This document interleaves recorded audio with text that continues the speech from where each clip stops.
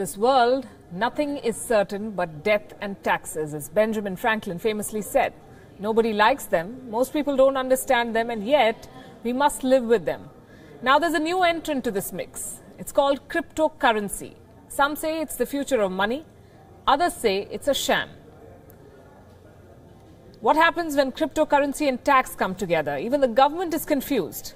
The question it faces is this: will GST be imposed on Bitcoin trading? And this question is tricky because the government does not consider Bitcoin legal tender in India. So if it's not legal, how do you tax it? And how much?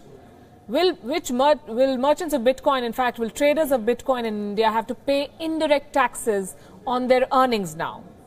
Frankly, even the tax collectors do not know the answer to this question yet. Reports say that India's top Bitcoin exchanges are in a huddle.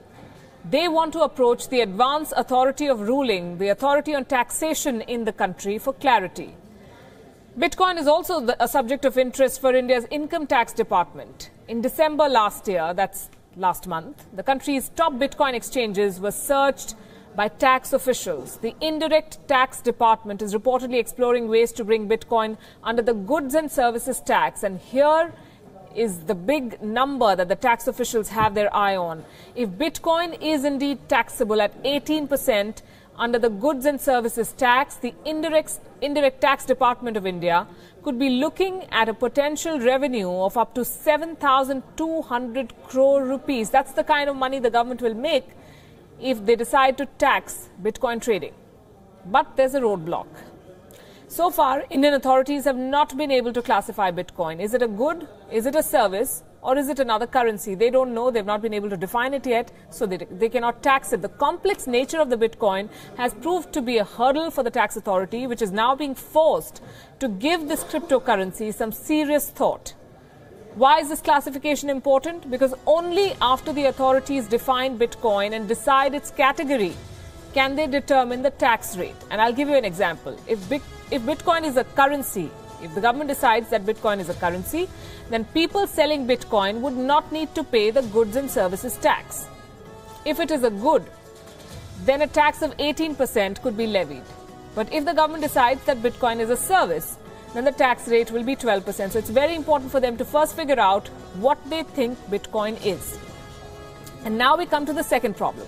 There is no clarity if the goods and services tax will be applicable on the total revenue of a Bitcoin exchange or the margins they earn with each transaction, which basically means, in simple language, will they tax the full income or just the profit? So a decision on Bitcoin would also dictate the future business model for cryptocurrency traders in India. It's extremely complex and yet very simple. The government doesn't know what to do with this. This would still mean substantial earnings for the tax department of India, as the top 7 players in the Indian market reportedly make 40,000 crores in revenue through Bitcoin trading, with a 20% margin on every transaction. Now, despite the government's injunctions over the past few months, it is no secret that people in India are trading in Bitcoin, and in large numbers. There are at least 7 major exchanges that are operating in the country at the moment. But before we tell you how Bitcoins are traded, here is something that you must know. According to the Finance Ministry of India, Bitcoin is not legal tender in this country. So trade at your own risk. There is precious little in our penal code to punish defaulters. And here is what India's Finance Minister Arun Jaitley told Parliament just a few days back. Listen in. India and the government of India have consistently maintained a position and have made it public repeatedly that this is not a lawful legal tender in India. And therefore that protection is not available. It is operating online. That's a separate matter. There have been expert groups which have been set up how to deal with this situation, whose report is now awaited. But this is not a legal tender, and this is the clear position which has been set out even recently, as late as the 29th of December by the Government of India in its press release. So from 2013 to 2017, this has consistently been the position of both the central bank and the government. The Reserve Bank of India has not recognized any form of virtual currency, which means that Bitcoin trade in this country is not regulated. So I repeat, trade at your own risk. There are very few countries, in fact, which accept Bitcoin as a legal payment system. The US, Japan, Israel are some of them, also Saudi Arabia and China. In India, though, the income tax department is keeping a close eye on Bitcoin trade because they see potential earnings there. This is no financial advice, but some reports claim that the income tax department could tax earnings from the sale of Bitcoin by imposing the capital gains tax.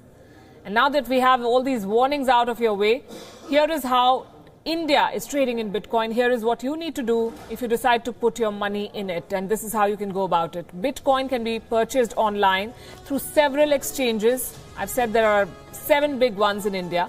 Remember, this is a virtual currency, so a good amount of the money that is being invested in Bitcoin is through digital wallets, which exist in the form of an application on your smartphone. All you have to go is open your phone and look for it. These apps connect with your bank account through your credit card or internet banking. And buying Bitcoin is just like topping up any digital wallet, so it's easy. Those who sign up to trade in Bitcoin could be asked to submit their documents with personal details like passport or your Aadhaar card for verification purposes. And as of now, Bitcoin ATMs, which have become a standard in the developed world, are yet to see the light of day in India. So you have to follow the procedure I just told you about. Now, since we've told you to invest or how to invest, it's also our duty to tell you what the pitfalls are. At the risk of sounding repetitive, Bitcoin is not legal tender in India. The proposal to formalize or legalize it is in a limbo. Last month, in fact, the government issued a word of caution against Bitcoin trade in the country, saying that there is a real and heightened risk of an investment bubble in virtual currencies in India. In a notification on December 29, the Finance Ministry warned consumers, asking them to be extremely cautious when dealing with cryptocurrency. Now the question, will you face legal action if you buy or sell Bitcoin? That's highly unlikely. There is a loophole in the law. Bitcoin may not be legal tender, which basically means, what does it mean when something is a legal tender? It means that you cannot buy gold or shares using that item. But that does not stop people like you and me from accepting Bitcoin as payment for transactions. No regulation means that Bitcoin trade can happen freely on the internet or in person. But like we told you before, the government is closely scrutinizing the profits Bitcoin exchanges make. The Income Tax Department reportedly has sent out notices to about 5 lakh investors across the country who have gained profits from selling Bitcoin in recent times. The Indian government has also constituted a committee asking it to suggest a framework to regulate these virtual currencies.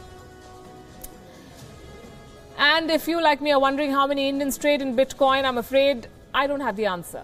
I doubt the government does. No regulation, remember? But what we do know at this point is that the market is heating up. So if you're thinking about joining the Bitcoin bandwagon anytime soon, you might experience some delays. This is because the Bitcoin exchanges in India are having difficulties in keeping up with fresh registrations on their platforms. Reports say that there is a massive backlog of users, and the wait time to get on a cryptocurrency platform and trade has now gone up to 20 days. The backlog is mainly due to delays in verification of Know Your Customer or KYC documents. That's taking time, so it'll take you up to 20 days to register and then go on to trade. One report claims that WION, which is India's largest cryptocurrency exchange, has seen its daily registration shoot up by 10 times in just the last month. So the interest has gone up in the recent days. WION's user base is believed to be nearing 10 million now. Top exchanges offering Bitcoins through the smartphone application boast of more than 1 million downloads on the Apple App Store as well as the Google Play Store. That's the kind of interest it has generated.